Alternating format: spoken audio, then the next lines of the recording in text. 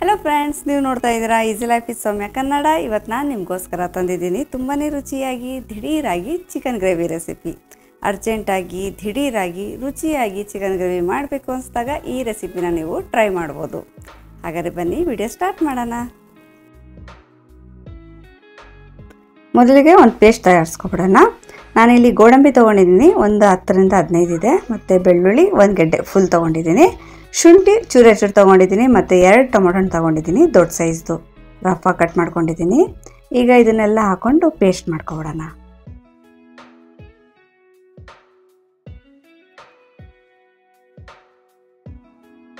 Full ನುಣ್ಣಗೆ ರುಬ್ಕೋಬೇಕು. ಇವಾಗ gravy ಮಾಡ್ಕೊಳ್ಳೋ ಸ್ಟಾರ್ಟ್ ಮಾಡೋಣ.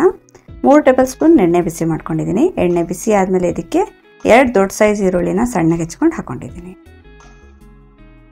ಈರುಳ್ಳಿ ತುಂಬ ಚಿಕ್ಕದಾಗಿದ್ದರೆ 3ರಿಂದ 4 ಹಾಕ್ಕೊಳ್ಳಿ. ಇದು ತುಂಬ ದೊಡ್ಡದಾಗಿತ್ತು, ಅದಕ್ಕೆ 2 ತೊಗೊಂಡಿದ್ದೀನಿ. ಈಗ ಫುಲ್ ಚೆನ್ನಾಗಿ ಫ್ರೈ ಮಾಡ್ಕೋಬೇಕು. ಫುಲ್ ಕಲರ್ ಚೇಂಜ್ ಆಗಬೇಕು, ನೋಡಿ ಈ ಥರ ಕಲರ್ ಆಗಬೇಕು. ಇವಾಗ ಇದು ಫ್ರೈ ಆಗಿದೆ. ಇವಾಗ ನಾವು ರುಬ್ಬಿಟ್ಟಿದ್ವಲ್ಲ ಆ ಪೇಸ್ಟ್ ಸೇರಿಸ್ಕೊಳ್ಳೋಣ. ಎಲ್ಲ ಪೇಸ್ಟ್ ಸೇರಿಸಾದ್ಮೇಲೆ ಮತ್ತೆ ಇದರಲ್ಲಿರೋ ಹಸಿ ವಾಸನೆ ಹೋಗೋವರೆಗೂ ಫ್ರೈ ಮಾಡ್ಕೋಬೇಕು. ಕಂಟಿನ್ಯೂಸ್ ಆಗಿ ಮಿಕ್ಸ್ ಮಾಡ್ಕೊಳ್ತಾ ಒಂದು 3-4 ನಿಮಿಷ ಫ್ರೈ ಮಾಡಿಕೊಂಡ್ರೆ ಸಾಕು. ನೋಡಿ ಇದರ ಟೆಕ್ಸ್ಚರ್ ಎಲ್ಲ ಚೇಂಜ್ ಆಗಿದೆ ಮತ್ತು ಕಲರು ಚೇಂಜ್ ಆಗಿದೆ ಮತ್ತು ಒಳ್ಳೆ ಘಮನೂ ಬರ್ತಾಯಿದೆ.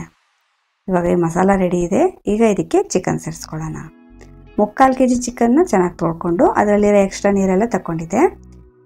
ಇವಾಗ ಈ ಚಿಕನ್ ಜೊತೆಗೇ ಅರಿಶಿನದ ಪುಡಿ 1/4 ಚಮಚ ಮತ್ತು 1.5 ಟೀ ಸ್ಪೂನು ಅಚ್ಕಾರದ ಪುಡಿ, ಧನಿಯಾ ಪುಡಿ 1 ಟೀ ಸ್ಪೂನು ಮತ್ತು ಚಿಕನ್ ಮಸಾಲ ಪುಡಿ 1 ಟೀ ಸ್ಪೂನು. ಚಿಕನ್ ಮಸಾಲ ಪುಡಿ ಹಾಕಿದ್ರೆ ತುಂಬ ಚೆನ್ನಾಗಿ ಬರುತ್ತೆ ರುಚಿ. ಮತ್ತು ಗರಂ ಮಸಾಲ ಪುಡಿ 1/2 ಚಮಚ ಮತ್ತು ರುಚಿಗೆ ತಕ್ಕಷ್ಟು ಉಪ್ಪು ಹಾಕ್ಕೋತಾ ಇದ್ದೀನಿ. ಈಗ ಇದನ್ನೆಲ್ಲ ಚೆನ್ನಾಗಿ ಮಿಕ್ಸ್ ಮಾಡ್ಕೋಬೇಕು. ಚಿಕನ್ನು ಮತ್ತು ಈ ಮಸಾಲೆ ಎರಡು ಸೇರಿಸಿ ಚೆನ್ನಾಗಿ ಮಿಕ್ಸ್ ಮಾಡ್ಕೊಳ್ಳಿ. ತಕ್ಷಣ ನೀರು ಹಾಕೋಬಾರ್ದು. ಒಂದು 3-4 ನಿಮಿಷ ಈ ಥರನೇ ಹುರ್ಕೊಳ್ಳಿ. ಇದು ಮಿಕ್ಸ್ ಮಾಡ್ತಾ ನೋಡಿ ಕಲರ್ ಚೇಂಜ್ ಆಗಿದೆ ಚಿಕನ್ದೆಲ್ಲ. ಇವಾಗ ಇದಕ್ಕೆ ನೋಡಿಕೊಂಡು ಎಷ್ಟು ಬೇಕೋ ಅಷ್ಟು ನೀರು ಸೇರಿಸ್ಕೋಬೇಕು. ತುಂಬ ಗಟ್ಟಿ ಬೇಕು ಅಂದರೆ ನೀರು ಕಮ್ಮಿ ಹಾಕ್ಕೊಳ್ಳಿ, ಮತ್ತು ತೆಳ್ಳಗೆ ಬೇಕು ಅಂದರೆ ನೀರು ಜಾಸ್ತಿ ಹಾಕ್ಕೊಳ್ಳಿ. ಹೇಗೆ ಮಾಡಿದ್ರು ರುಚಿ ಚೆನ್ನಾಗಿರುತ್ತೆ.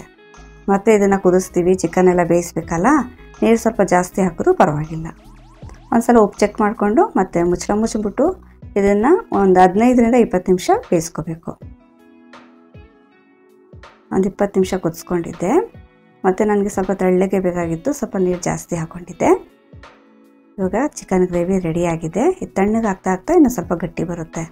ಇಳ್ಸೋಕ್ಕೆ ಮುಂಚೆ ಸ್ವಲ್ಪ ಕೊತ್ತಂಬರಿ ಸೊಪ್ಪನ್ನ ಕಟ್ ಮಾಡ್ಕೊಂಡು ಹಾಕ್ಕೋತಾ ಇದ್ದೀನಿ. ಇವಾಗ ನಮ್ಮ ರುಚಿಯಾಗಿ ದಿಢೀರಾಗಿ ಚಿಕನ್ ಗ್ರೇವಿ ರೆಡಿಯಾಗಿದೆ. ನೋಡಿದ್ರಲ್ಲ, ತುಂಬಾ ಸುಲಭವಾಗಿ ತುಂಬಾ ರುಚಿಯಾಗಿ ಈ ಗ್ರೇವಿನ ಯಾರು ಬೇಕಾದ್ರೂ ಮಾಡ್ಬೋದು. ಇವತ್ತಿನ ವಿಡಿಯೋ ನಿಮ್ಗೆ ಇಷ್ಟ ಆದರೆ ಪ್ಲೀಸ್ ನನ್ನ ಚಾನಲ್ನ ಸಬ್ಸ್ಕ್ರೈಬ್ ಮಾಡ್ಕೊಳ್ಳಿ, ವಿಡಿಯೋನ ಲೈಕ್ ಮಾಡಿ. Thank you for watching.